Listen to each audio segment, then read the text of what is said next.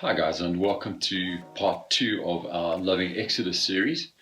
And I hope last week was good for you. I hope that you did your reading in preparation for this week. Tonight and next week we're going to be looking at the person of Moses. Tonight we'll get kind of like an overview. If you can do an overview of somebody's life, we'll do an overview. And then next week we will look in detail, or more detail, comparing Moses to Joshua. Joshua, the leader who followed Moses. Moses was the man who had the leadership style to gather and bring them out. Joshua, the leadership style and character to take them in. Two very different roles and two very different leaders. And you will probably find yourself identifying with one more than the other. Now, personally, I find it easier to understand the Bible by breaking things up, if I can use that term. Not that we ever break God's word, but I find it easier to put things under heading, to 1, 2, 3, to divide things up. It just helps me understand, and it really helps me to remember. So when I look at the life of Moses, I divide his life into 3 sections, and it just so happens that each one is a 40-year period. Don't know why God ordained that. But Moses lived to 120. He had 40 years growing up in Egypt. He had 40 years in the wilderness, and he had 40 years then of leading the people from Egypt to the borders of Canaan.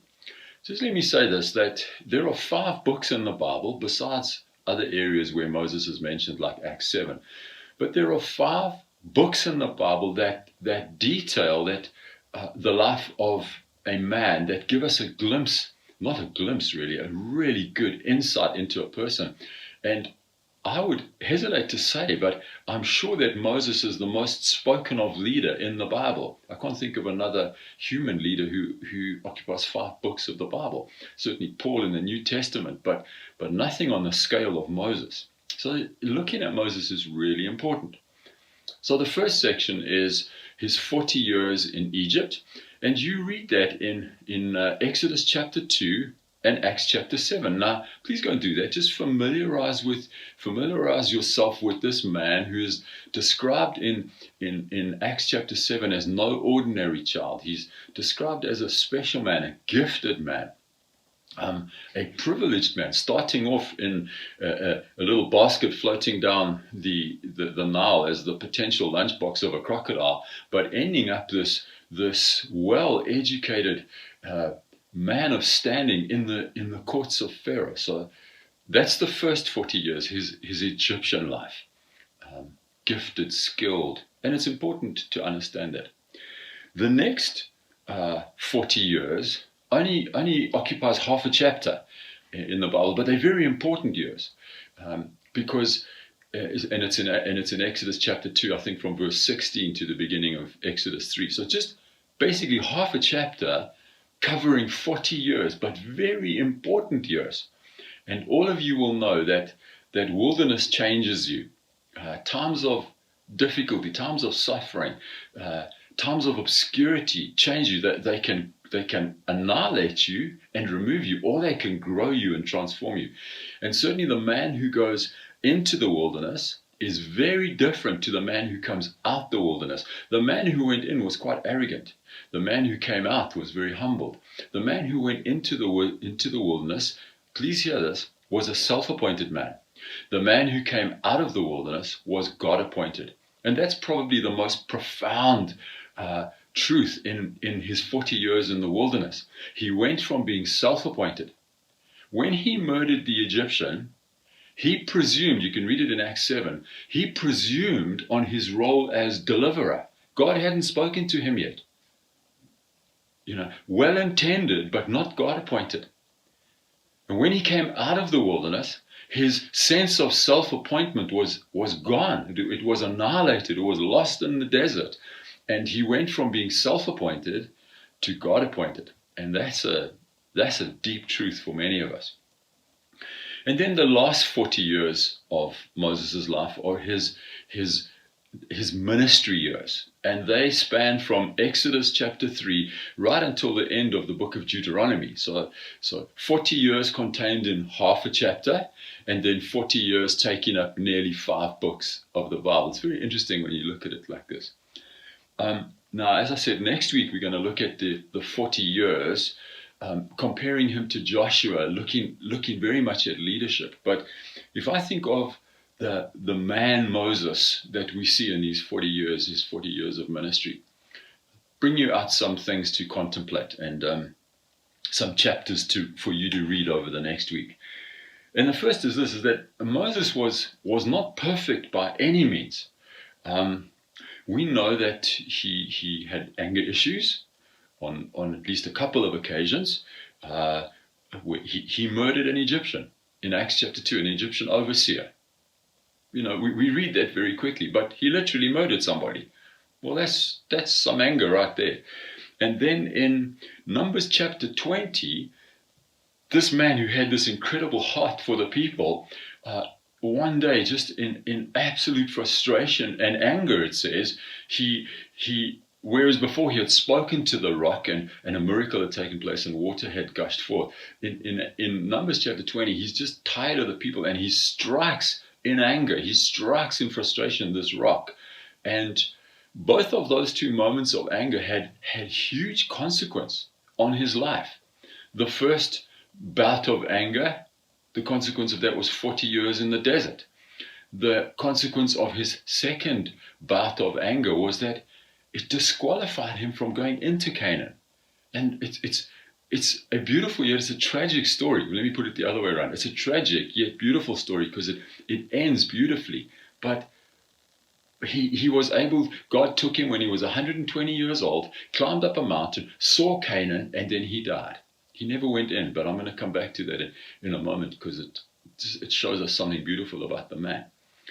And then in Exodus chapter 4, he forgot to circumcise his boys. This man who was able to hear God so clearly, who was able to receive such specific detail concerning, God's will, God's ways, God's instruction, God's commandments. If you look at the law, the detail that he received, on every level, tattoos, leprosy in skin, mold in a house. He received all these details. Wow, he could hear God, and yet he forgot to circumcise his boy, and God nearly killed him on the way back from the wilderness to Egypt. He was certainly not perfect. So let me take you through some aspects of his life that you can study, and I trust that as you do this, you'll find other ones. First of all, his insecurity, which we read about in Exodus 3 and 4, where God calls him, and you'll read it. I think there were 4 or 5 incidences where he kind of just said, Lord, not me, pick somebody else. I can't do this, I can't do that. And by the way, insecurity is nothing noble about being insecure. There's nothing noble about, no, God, I can't do it. We think it's humble. It's not humble. It's just pride in another form. But he was an insecure man, and certainly when God called him, he wasn't keen on this God appointment. And you say, why is that important? Well, it is important because so often we disqualify ourselves for various things. And for myself, I think I identify so much with Moses personally. God, pick somebody else. God, I can't do it. God, I'm not the right guy for the job. But here's the thing. God wasn't looking for perfection. He wasn't looking for a perfect Moses. He was looking for a surrendered Moses. As you stand before God, guaranteed there will be things that disqualify you. But what we see in this picture is God doing the qualifying. That's the picture. Second thing, as you contemplate Moses, certainly for myself, is I'm always taken aback by his devotional life. And you'll read that over and over again, but one area in particular is in Exodus chapter 33, where it gives us a glimpse into Moses. He had this place called the Tent of Meeting, and he would go there every day, and it says that when Moses met with God, he would come out, I think it's in the end of chapter 34, and his face would be shining. I love this picture. Moses has a tent of meeting. He goes into the presence of God. He meets with God face to face, and he comes out with his face shining. That's the devotional life. Remember what Jesus said in the Sermon on the Mount in the Gospel of Matthew. He said, when you have your quiet time, go into your study, your tent of meeting, close the door, and have this time with God. And we don't meet with God face to face, but we do meet with God spirit to spirit. The Bible says that deep calls to deep. My spirit, so Moses is in the tent and he can literally see, I don't know how, but somehow the face of God, so face to face, but for you and I, it's spirit to spirit. And it's a beautiful thing. We learn something from Moses' devotional life. The second, or the third aspect I'd like to say about Moses, which we're going to look at next week, is Moses' ability to raise a Joshua. And as you read through the book of Exodus, and if you would like to carry on through Leviticus, Numbers, Deuteronomy, as you read through them, jot down every section that deals with the Moses-Joshua relationship. If you think about it, in the Bible, there were not many great transitions. Okay, Solomon to Rehoboam was not a great transition. David to Solomon was good. Saul to David wasn't good. Yet here in this story, we see Moses who's able to recognize, invest, and hand over to a young man to take his place. There's such a lesson in that. I could say, who's your Moses? In other words, who's influencing you? I could ask you, who's your Joshua? In other words, who are you influencing? The next aspect of Moses that for me is so beautiful is his love for his people, or his love for God's people. And I think that his love for God's people is seen in a number of different areas. Number one, it's the way he prays for them. Now, there were numerous occasions, particularly the golden calf episode, which happens in Exodus 32, I think it is, and then in Numbers chapter 11, Numbers chapter 13, where they don't want to go into the promised land. Those two instances, the golden calf incident and the not wanting to take Canaan incident. In both of those moments, God was willing to annihilate the complete nation of Israel and replace them. He was going to keep Moses as a leader. He said, I'll keep you as a leader, but I'll give you a new nation. I'll give you a new nation of people who won't rebel, people who will follow. In both of those instances, Moses intercedes so deeply for those people. Now, any other leader would have said, I've had enough of these guys. They never stop complaining. They make my life so difficult. Just give me a new, Lord, can I have a new church? I've been leading these guys for so long, and it's just, it's not working out. Can I move somewhere else? I don't particularly like Pietermaritzburg anymore. How about a church in Cape Town? That's the thing. And but Moses' love for his people, he intercedes for them. It almost looks like he changes God's mind for his people. So there is this intercession for them. There is his burden for them. We'll see this next week when we compare Joshua with Moses. Can you imagine the people coming to Joshua and saying, we don't like the water, we don't like the manna, we're a bit tired of the menu. This menu, it's old now, we need a new one. Can you imagine how Joshua would have responded? Like, am I your mother? Don't look to me for the menu, guys. You don't like the menu, tough. But Moses he loves his people. I don't know, he carries them so deeply. And in Numbers chapter 11, and please go and have a look at this, it's another one of these instances where God is fed up with the people. And Moses uses the language of, am I their mother? Did I conceive them that you place on me the burden of them? It's a profound picture. Did I conceive these people that I have to carry the burden of them so deeply in my heart? Basically, he's saying, I feel for these for these people that you've given me to lead, the same thing that a mother feels for her child, the same burden, the same sense of responsibility. It's a beautiful picture. And then the third picture of Moses' love for his people, and guys, there's so many. I'm just giving you little tasters to kind of whet your appetite. But for me, probably the highlight of Moses' leadership and his love for his people is his self-denial, his own self-denial. So we know that in Numbers chapter 20, he strikes the rock in anger. And let's be honest, he has been an unbelievable leader. I mean, honestly, his failings have been so minimal. Like he was brilliant. He does this one thing where he gets crossed with a grumbling bunch of people. He strikes the rock, and God says to him, okay, because of that, you can go up and see what Canaan looks like, but you're not going to go into Canaan because you didn't represent me properly before the people.